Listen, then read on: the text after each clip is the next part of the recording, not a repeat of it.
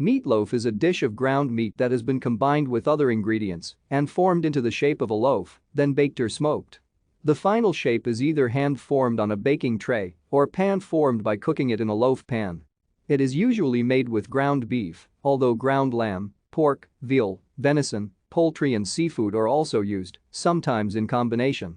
Vegetarian adaptations of meatloaf may use imitation meat or pulses. The cooked meatloaf can be sliced like a loaf of bread to make individual portions. It can easily become dry. Therefore, various techniques exist to keep the dish moist, like mixing in bread crumbs and egg, covering it with sauce, wrapping it, or using moisture-enhancing ingredients in the mixture, such as filling it with fatty meats, rich cheeses, or vegetables.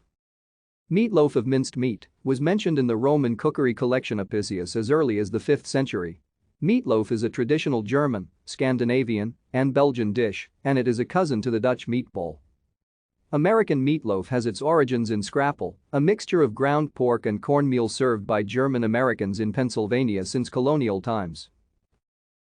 Thank you for watching. Like and subscribe if you would like to view more of our videos. Have a nice day.